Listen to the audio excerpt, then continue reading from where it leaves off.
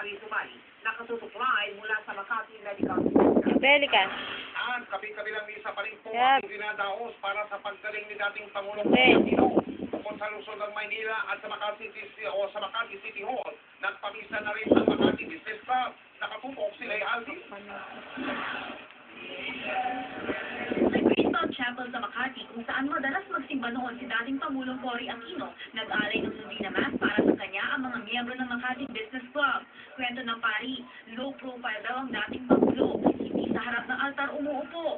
Dumalo sa misa ang Tourism Secretary sa Administrasyong Aquino, si Rafael Alunan III, na nagbigay ng mensahe sa dating Pangulo. Thank you for giving me the opportunity to serve the Filipino people under your leadership.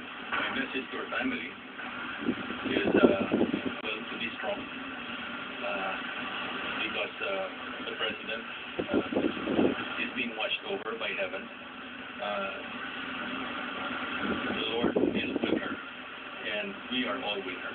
Naroon din ang pamangkin ng dating Pangulo na si Rapa Lopa at iba pang mga kaibigan at taga-suporta. The family is basically just entrusting everything to the Lord, what the Lord's will for Antigone.